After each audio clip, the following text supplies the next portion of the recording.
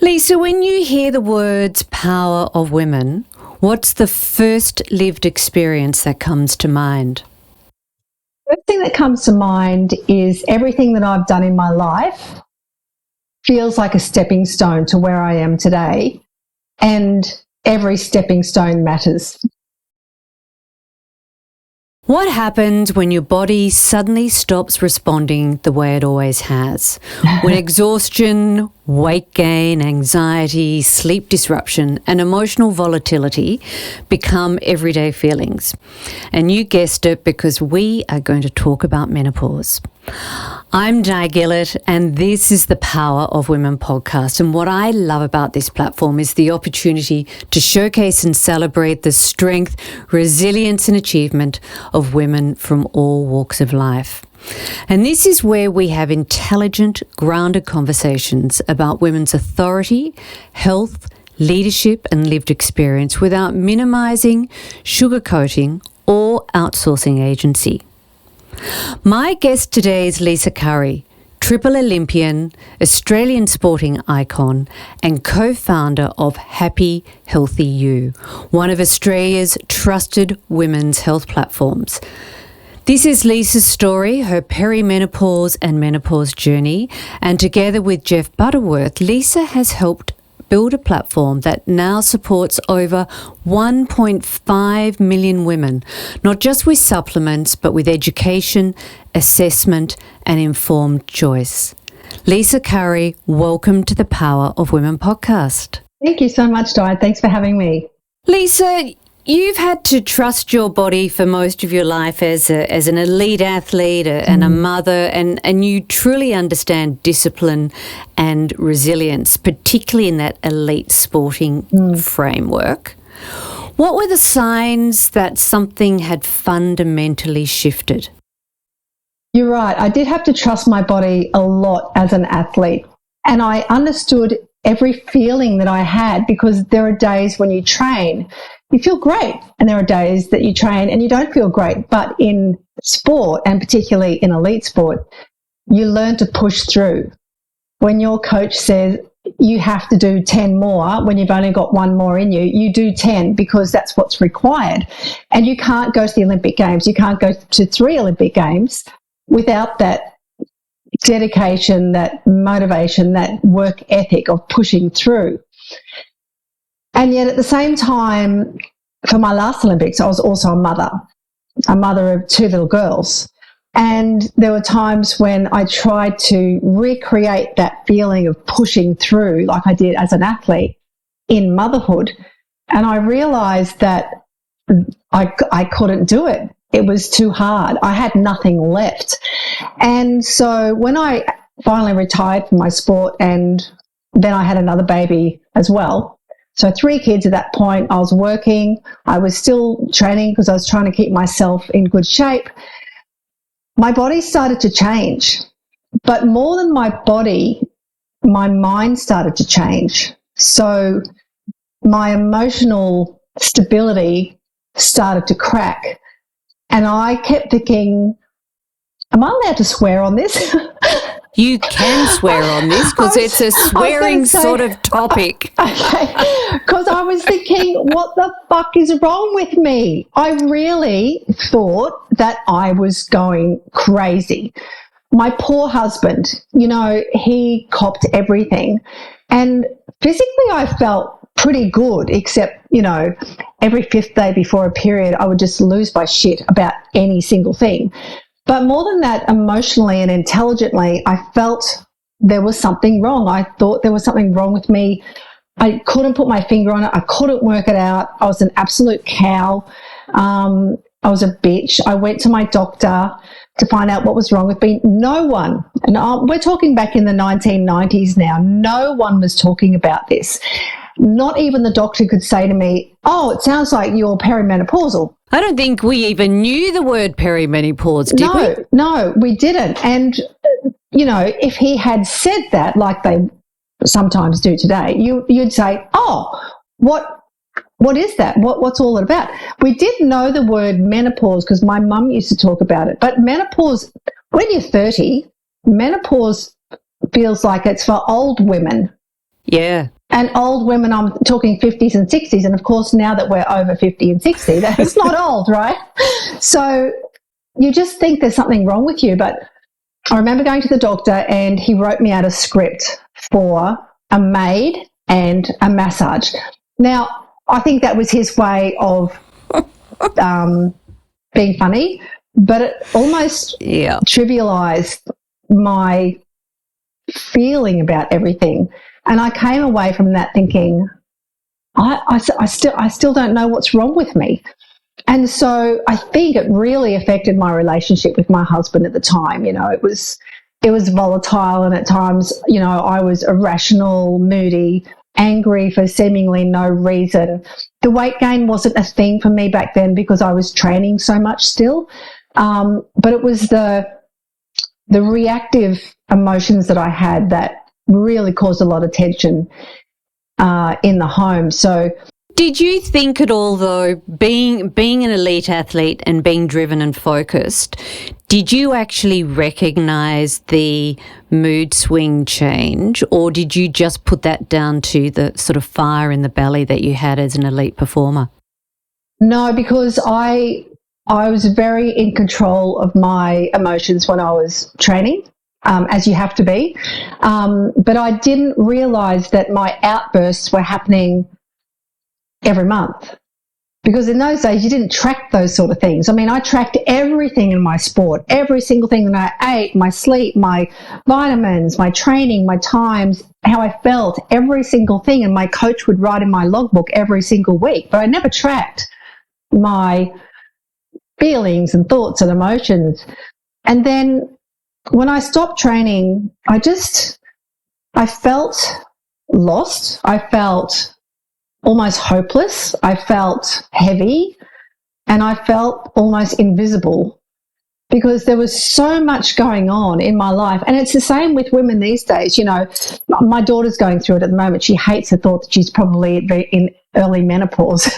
And I keep saying to her, I'm really sorry, my sweetheart, but I think you are. But when you have 3 young kids and a husband and you work and you're trying to have some sort of a life, the last person that gets any sort of hope or clarity or energy is yourself. And then, therefore, your symptoms become worse because deprivation of sleep is one of the main causes of a lot of things that happen in your life. And being a busy working mum, it's hard to say, oh, just sleep more because there's this... How? When exactly? There's this invisible load that mothers have. And it's not just about looking after the kids or the family or going to work. It's about, I've got washing to do. What's on the weekend? Have I got the lunch boxes? Have I got the food for dinner tonight and for the lunches tomorrow? Who needs a washed uniform? Where are we going? How are we going to do that? Do I need... Constantly on. Constantly. And even at night time, you're thinking about all the things that you need to do for the day, and your husband says, just go to sleep. It's like, yeah, I wish I could just go to sleep. You know, my husband now, he's like, he closes his eyes, and 30 seconds later I'll say, oh, babe, remember we've got to do this tomorrow. He says, I was asleep. I said, what? you just closed your eyes. How can you possibly be asleep? But, you know, it's that invisible load that busy mums have to deal with every single day while they're going through perimenopause.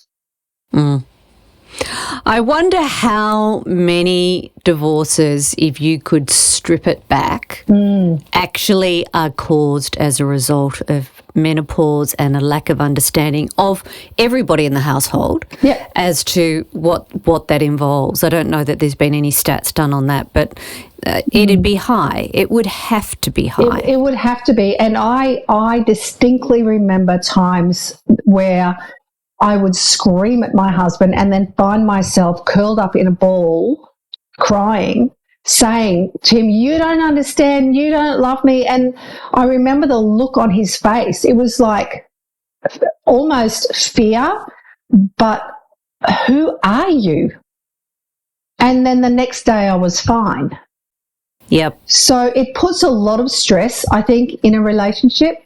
But I truly believe now that we know all of this, and I speak about this often when I'm talking to groups of women, that if they feel like they've got these symptoms coming on, that it's really important to sit down with the whole family and talk to them about it, talk to them about the symptoms, how you're feeling, how you react, and particularly to your husband, and what you need from them.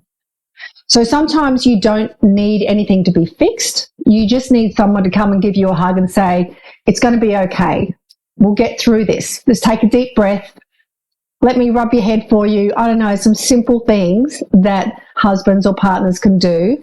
And when kids know that mum is being moody or irrational, not necessarily little kids, but as they're old enough to understand, they can probably help a little.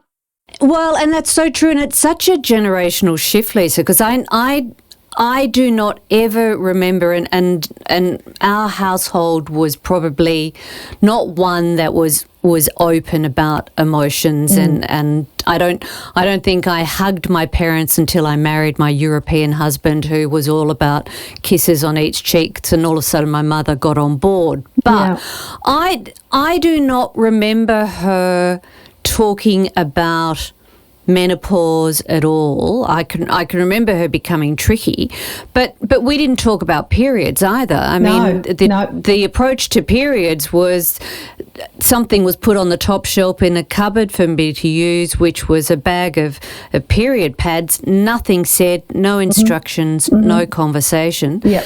And by the time I was of an age where I felt that I wanted to talk to my mother about menopause, she was suffering from dementia.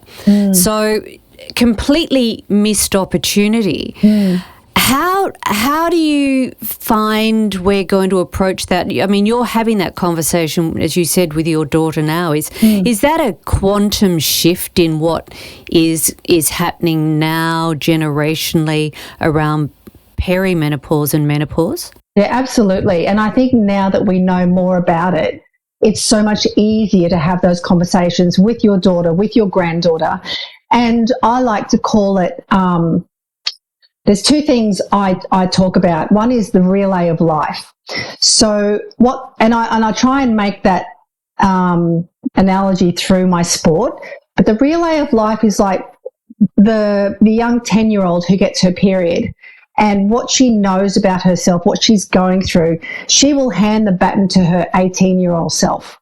And that 18-year-old self will learn more about reproductive systems in the body and how to deal with school and university and relationships and work.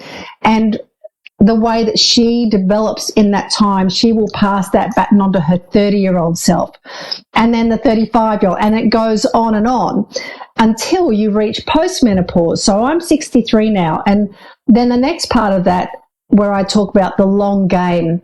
The long game is like, I'll go back. I'll say, I want to go to the Olympics. So you just don't go to the Olympics. You've got all these steps.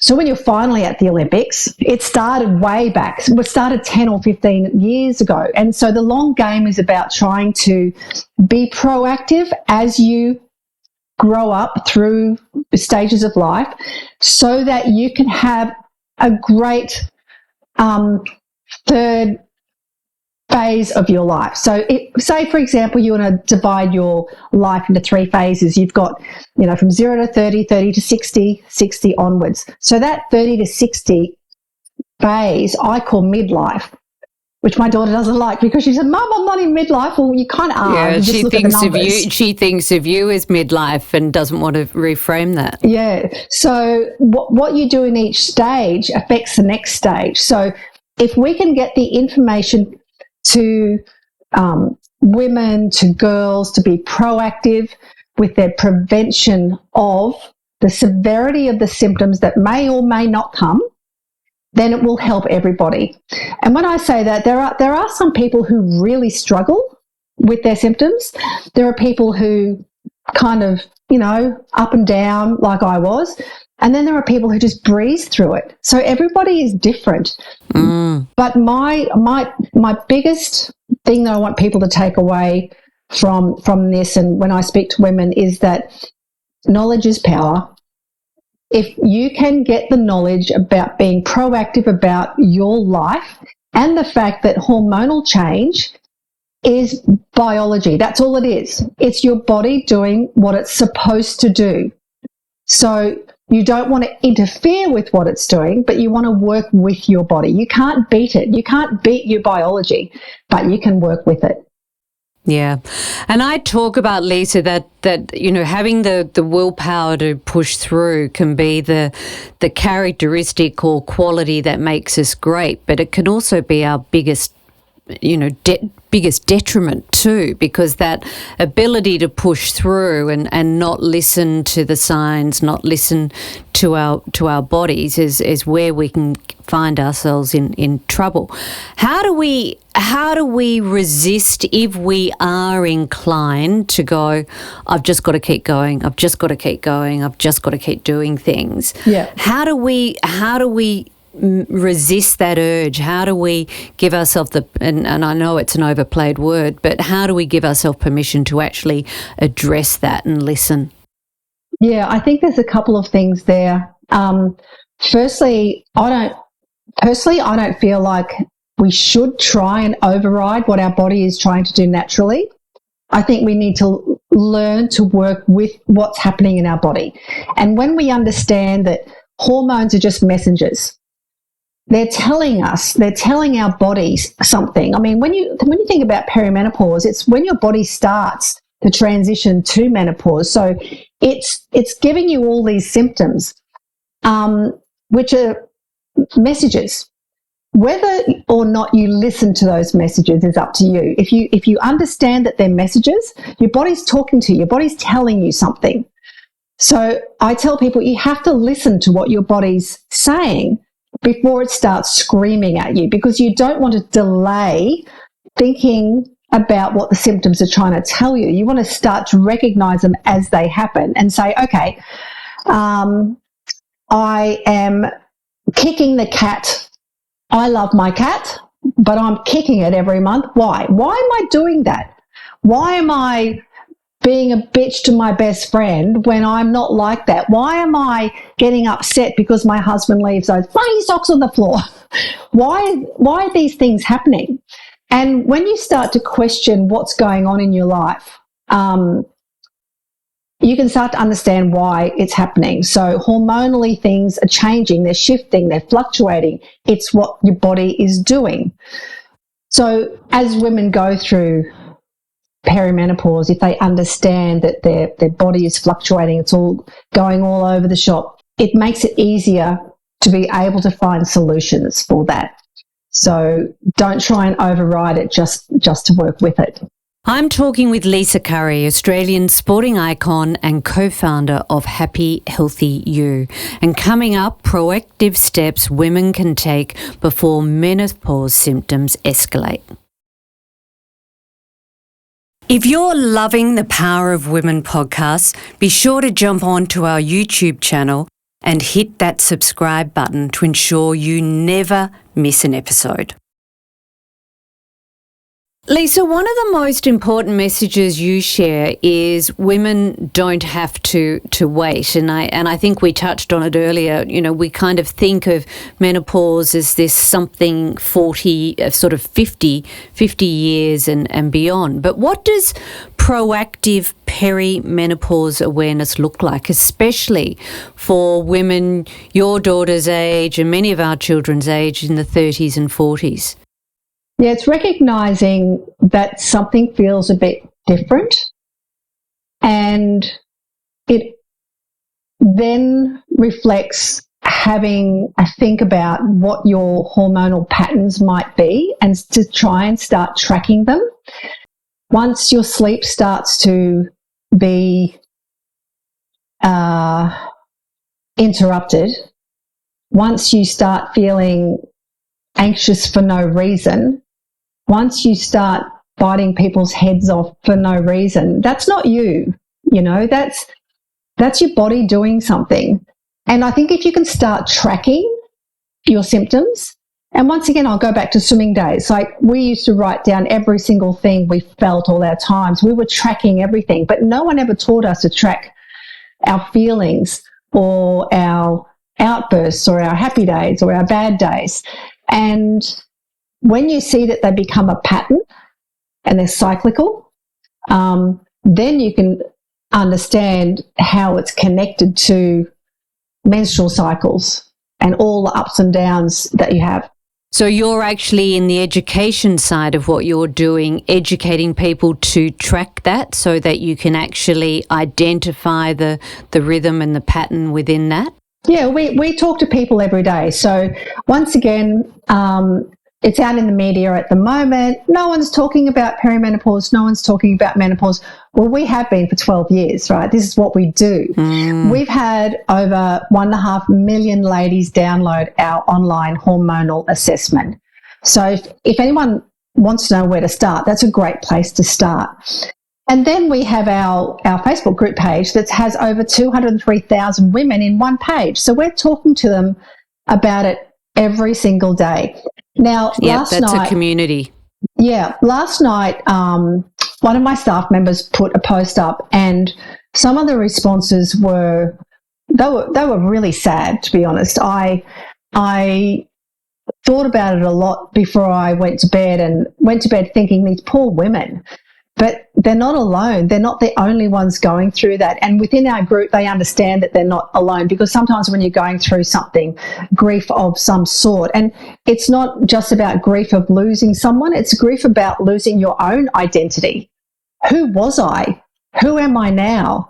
And in response to some of these people who are feeling really down, we can talk about all the solutions that we provide for people. And one of them, I've always said that sometimes the cheapest counselling is a $5 coffee with your friends, and you go and you talk about it. But bottling everything up does not help, absolutely doesn't help. What's your view on identifying and acknowledging menopause in the workplace?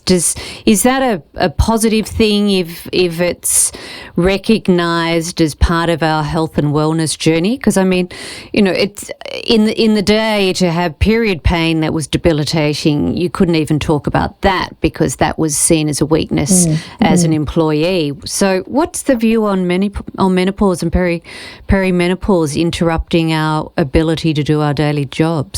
Yeah, look, I find this a really tough question. And I find it tough because they try to implement a period leave. Yep.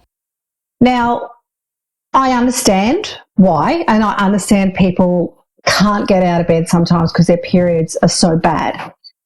But in saying that, imagine, for example, an airline or a hospital where you've got hundreds and hundreds of female staff, each wanting 5 days off per year. That equates to thousands and thousands of days. It cost a fortune. I understand, and this is why it makes it tough. I understand that people have debilitating symptoms, but I understand that life still has to go on for work. All right, we need to work. We need to pay the bills. And so in the past, before we knew about the idea that we could maybe take a day off work, we just sucked it up and we just did the job. We went and did our job as well as we could, and then come home and fall apart at home. Right? So it is a tough question. And I get it, but I also see the business side of it, which makes it terribly difficult for businesses if all their female staff just keep saying, "Oh, I've got to have days off because I've got a bad period." And some people actually do have really bad periods, and some people would take advantage of that and just say they have a bad period. Yeah, and it's also creating another subclass of pushing back on potentially promoting women too. So there could be a whole roll-on effect if that is not implemented and acknowledged appropriately in the workforce. Yeah, and this is where we really like to talk about prevention before things become a crisis. Yep. So what are some of those steps if we look at managing our body and versus being educated? Tell us why the understanding our body is key to managing that hormonal transition. What information does that provide us? And I think being managed means being managed is being told what to do without understanding why. But being educated, you know what's happening in your body, you understand your options, and therefore you can make informed choices. And I think that's really important, because when you're educated and when you understand, and it's like people having those light bulb moments. They read something or they listen to something and they go, oh, right, now I know why I feel like I feel. And that is empowering. And when you're empowered, you feel confident enough to say, I know what I need now. Sometimes you know what you need, but are you prepared to do what you need? Because life gets in the way, life gets busy. You know you should sleep 7, 8, 9 hours a night. You know you should exercise. You know your lifestyle should be good, and you know you should eat well, but are you doing it?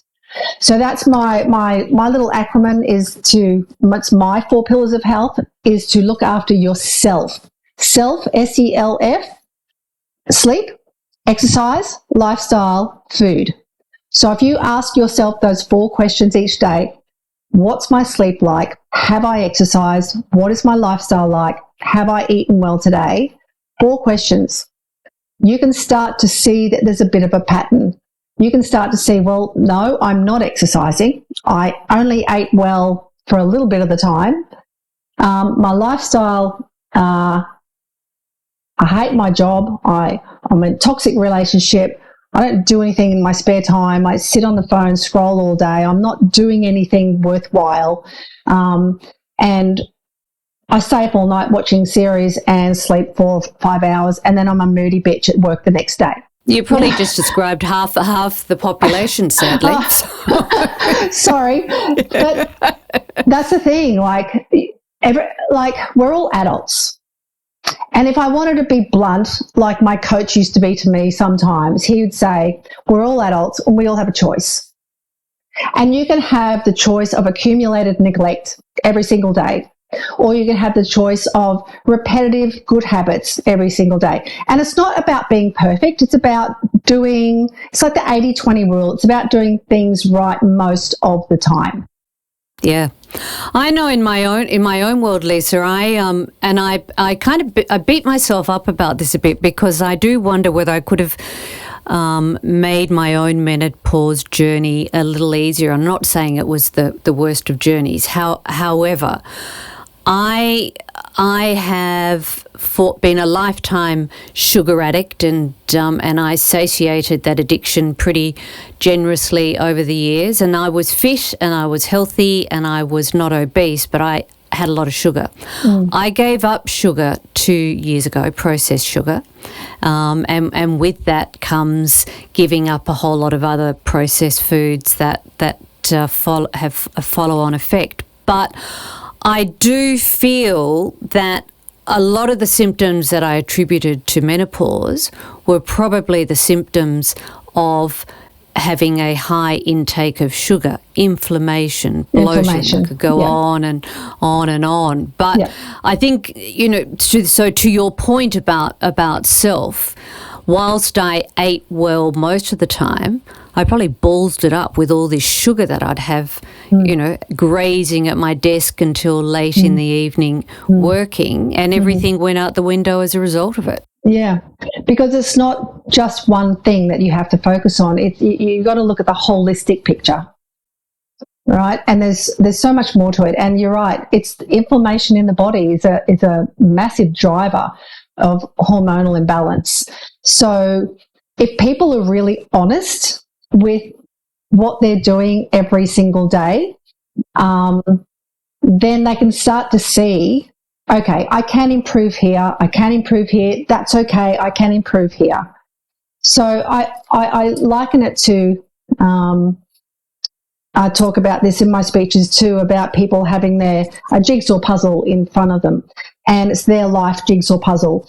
And if they don't like their life, if they don't like how they feel, throw out all the pieces, throw them all out, and then only put back the pieces that makes your life the one that you desire. And you leave the sugar out, all right? You leave whatever you want to leave out of it. But 2 years ago, I quit alcohol as well.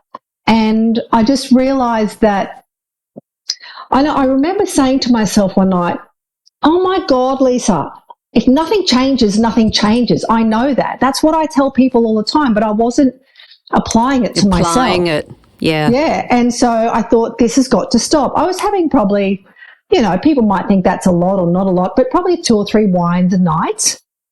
One, when I was cooking dinner, and then 2 with dinner or after dinner. But if you start to add it up, it's a lot. It becomes a lot, yeah. Oh, yes. And I think we've come to understand there is no good amount anymore. I think that's where we've got to. It's amazing because now if I have a wine, and I do have one every now and again, you can taste it. And if it's a shit wine, you go, oh, it tastes like metho. It wasn't worth it. It also goes straight to my head. So it's interesting. Yeah. So, like just think about your jigsaw puzzle. Think about your life. Think about what you want in your life to make the best possible outcome for you as you move through the phases of your life, so that when menopause finally comes and then you're in post-menopause, for the rest of your life, you're an empty nester, the kids are gone, they're looked after themselves, you can start to travel, you can start to do everything that you've wanted to do, you're free. I call it the freedom years, to be able to do. You haven't worked all this time to be exhausted by the time you're 60. You've got to work so that you can live, not the other way around. So by the time you're in that third phase in your life, you are free to be who you want to be, go where you want to go, do what you want to do. And health and well-being is the piece that underpins all of your ability to do that, along with financial stability. But but if you've got your health, as the saying goes, if you haven't got your health, you've got nothing. That's right, yep. So every decision you make today, and it's never too late to start, every decision you make today is going to benefit you in the future. Yeah. Lisa, the debate between natural therapies and HRT or taking nothing for it's been raging for years, and I know there's been misinformation that has come out and that has been amended over time. What does an integrated evidence-informed approach look like for managing HRT or menopause? Depends who you talk to. So if you speak to a doctor, you will get a different answer than if you spoke to an integrative doctor. And then you might get another answer if you spoke to a natural practitioner. So my whole life, I've always tried to always go the natural way. It's just the way I am. I think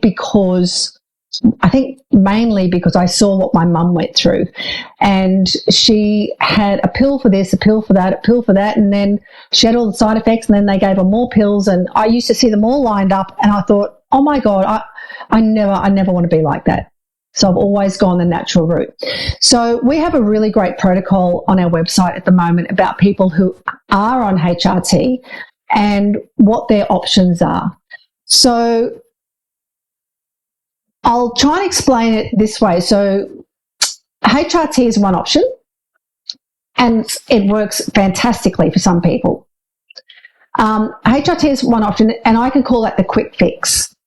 And then I have a medium-term fix, which is like a combination of HRT and natural supplements. So that's where we come in. We have a really great approach to that and a great protocol for that on our website. The third approach is a longer-term approach, which is the natural supplement approach. It takes longer. You're not going to get that quick 1 week fix. It's going to take, 3-4 months for everything to kick in until you start feeling normal, calm, and balanced again. And then there's another approach of what I call the self-fix, which is you don't take anything, but you really look after yourself. You eat well, you exercise, you do everything, and you're very educated and you know exactly what you need to do. So that's a choice. So there's four choices. There's 4 options there. Now, if I take that one step further, I think, like 3 different types of women. One, the first type of woman is the one who at the moment feels down, hopeless, completely desperate and struggling. She doesn't know where she's at. Everything's overwhelming. She's burnt out. She's lost herself. She doesn't know where she is. The second type of woman is someone who's really trying hard. You know, she's trying to eat well. She's trying to exercise. She's trying a little bit of this and a little bit of that, but sometimes it works and sometimes it doesn't. But maybe she's not being consistent enough to see results. And then the third type of woman is someone who's really got their act together. So they know exactly what they need to do. They eat well, they exercise, and they feel great. So when you, and I don't know maths very well, but you've got 4 options here with 3 different types of women. But when you interact those options and those types of women, there's a lot, right? There's a lot of different options. There is. And I imagine we dip in and out of, Yes. you know, you can be one option, but you dip in and out of one of the others at different points in times or different days. Yeah, and depending what's happening in your life, you might go from that number 3 lady to the number 1 lady because you've got some grief in your life, and then, you know, something, the HRT doesn't work, or the natural supplement doesn't work, or the combination does. There's so many different options, but at least today we have options. At least today, we in my company, Happy Health for You, we have solutions for people. We're really proud of that. We have a lot of people who have had such great results, and we know that because we have so many ladies within our groups taking our products. We know. We don't think, we know. Having over 1.5 million ladies download our online assessment. It's a good research base. It's great research, and it's just over 20% of the Australian population of women who are in perimenopause and menopause. So we know our statistics, we know what ladies need and want. We polled our ladies in our Facebook group page and asked them what their main symptoms were, and the top 3 were sleep, anxiety, and weight gain. So we know that those symptoms are the primary symptoms, and we make products to suit those symptoms. So we pretty much have something for everyone. We know that women are passing their products over to their husbands as well. They're getting great results. So we don't think we know. Because they have mood swings too. Oh, they do. They do. But, you know, I think the great thing for us is we don't think we know what we're talking about. We know what we're talking about because we've been doing it for 12 years. It's evidence-based. Yeah. My business partner, he's a hormonal specialist. All my staff are amazing, highly educated practitioners, and people should feel safe with us. Yeah. Yeah. That's brilliant. How many in the organisation, Lisa? How many people do you employ? We've got about 20. Some are contractors, some are full-time, part-time, but we are a remote business. So and by being remote, we can choose the best around Australia and around the world. So we have people all over the world. Yeah. Having spent 30 years in executive search, I used to pitch that as options rather than having to compromise based on only selecting the person who was available right in your market. And I think that's right. COVID cracked that thinking wide open because all of a sudden it became possible. Well, that's what makes us different to everyone else as well, that we have a team of practitioners who are talking to and working with our ladies every single day. And for women in our Facebook group, it's free of charge. They don't have to pay hundreds of dollars to go and chat to a naturopath. We provide that for them.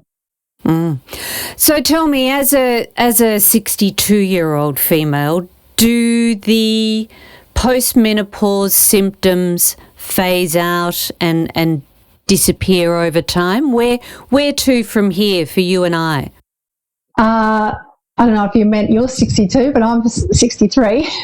Well, I'm 62. There you go. I don't feel it though. No, neither do I.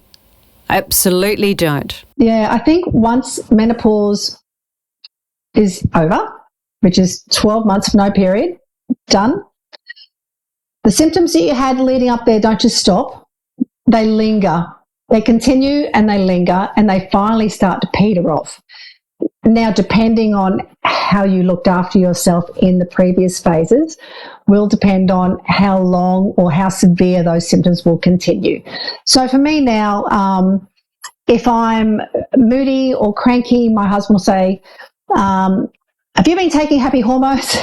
And I'll say, no, you're actually just giving me the shits. So there's a difference, right? It's not an excuse for your crappy behaviour. No. No, he's gorgeous. But every now and again I'll get a hot flush. So I've just been over in Quebec and Canada. It was -30, -20. And at some point I went, oh, my God, I've got to get this jacket off, and just all of a sudden I had a hot flush. And usually now I know if I'd had a wine, I get a hot flush. If I have too much coffee, I get a hot flush. So now I can see the absolute relevance with what I just had to what I'm just getting now. So yeah, I think another side effect of post-menopause is your tolerance for bullshit stops. Is that post-menopause or is that just age? I don't know. But, there's a couple of things. I feel much calmer. Things that used to bother me just don't anymore. I don't care. I mean, if someone wants to do that or say that, you know what, it says more about you than me, I don't care. And I'm able to move on. Whereas before I'd be really reactive and I wouldn't like it. It would sit with me for a long time. But, I'm happy to know and feel that all the symptoms that I've had for the last 20 years are finally just settling down. And that's what happens. Everything settles down. So there is light at the end of the tunnel for all the women out there who are tearing their hair out, feeling like there's something wrong with them, which is there's nothing wrong with them. It's just what your body's doing. It's just biology, and you will get through it. Take a breath. Everything will be okay. Beautiful. Lisa, I'm going to throw 3 quick questions at you, if I could, to bring today to a conclusion. Mm-hmm. One thing you wish you'd known 5 years earlier? One thing that I wished I'd known 5 years earlier was what was coming. And I think, like I've said, I did exercise physiology at uni, and if everybody could do a course in a semester in biology, they would understand. It's all biology. It's what your body is meant to do. So don't fight it, just work with it. Yeah, so true. One symptom women often dismiss, but they shouldn't? I think the big one, knowing how we've polled so many women, is the sleep. And I think if you can, and once again, it's really hard with mums that have got kids and work, and sleep is the biggest thing. But if you can just try and prepare yourself for sleep at night time by making sure the room is cool and dark, even if you sleep in a separate room where there's no noise or disruptions. I now wear an eye mask, and I find that's a lot better. But just feeling that peace and contentment as you go to sleep. Everything's done. I'm going to write my list so it's not in my head, which I often did. I learned that from my mum. Yeah. Everything for today has been done. There's nothing more that I need to do today. So just take a breath and feel content that my day has finished. Yeah. And to your point about the sleep, I must admit, even now, Lisa, I still find some nights I wake up and I've got a leg sticking out the side as my temperature control mechanism, just to get some air on my foot. So I don't know whether that'll ever go away or not. Yeah, I think I've worked out the pajama situation. I think if you wear a singlet top and just undies, like don't have longs on your legs. Yes. And I think I've got the combination right. So, because you can just put your arm out but your legs aren't hot. So I put the air conditioning on. My husband said, it's not that hot. And I go, you're not me. So he's like snuggled up in the blankets and But he says, come over here, come in for a cuddle. And I go and in it's for a the cuddle. last thing you want to do because it makes you too hot. 10 seconds, like, okay, babe, love you, but, you're too hot, too much body heat. I can relate to that, and I suspect there are many listening who will relate to that. But I think to, have a laugh about it every now and again, because, it's if you don't laugh about it, you're going to cry. Yeah. Now, Lisa, where do we find you? Because you mentioned there is some online tools that people can jump on your website, I presume, and access those. Yeah, so the website is happyhealthyyou.com.au, and on there you'll find a huge range of resources. But the main one is to download the online assessment. So that'll give you a really good snapshot of where you are at this point in time. If you follow some of the things that we talk about, you can do that assessment again in 6 to 12 months' time and see if symptoms have changed a little bit. Obviously, we do have support. We have products that have been proven to be really great for a lot of women. And then we ask people to join our community. So there's 203,000 women in one group. We have about 6 or 7 different groups. So we've got a group for PCOS and endometriosis. We've got a teenage group. We've got a happy reset group, happy weight group. So there's different groups for different subsets of people. But the main one is our Happy Healthy You community. And I'm in there, all our staff are in there, we talk every single day. And, we just want to, that's, I think if I had to summarise what I stand for now, going back to what we spoke about first up, was my whole life has been like a stepping stone to where I am now. And now I'm that woman who has turned my lived experience into a light for other women. I've walked the path, and now I walk beside women and help them along their way. I want to see women stand on their own dais. I want to see ladies stand up and go, I did it. I feel amazing. I did it. I achieved this, or I did that, or I changed this, or I went there, or changed my life. Standing on your own dais, and it doesn't have to be a huge achievement, but just even small achievements add up to make you feeling that life is worthwhile, life matters. Yeah. And that's exactly what Power of Women is about, because it's through the lived experience and sharing of that through storytelling that we can offer resourcing to others, be it mentoring formally or informally. And that's not to say that you don't have to go through something to truly understand it, but there's loads of lived experience out there to be gleaned from others, and I think we're far more inclined to share that now rather than to have all of these no-go zones of things that we don't talk about, and that's the benefit of hindsight, and how lucky are we can actually access that. Thank you so much for joining us today, Lisa. I'm going to add your website details onto the show notes. Mm-hmm. Be sure to follow the podcast, and if you think this is an episode that somebody in your network can benefit from, pass it on, share it to them, bring it to their attention. And in terms of subscribing and following, so that you know what fabulous next episodes are coming, because there is a string of extraordinary guests in the lineup for 2026, and I look forward to sharing them with you. Until next time.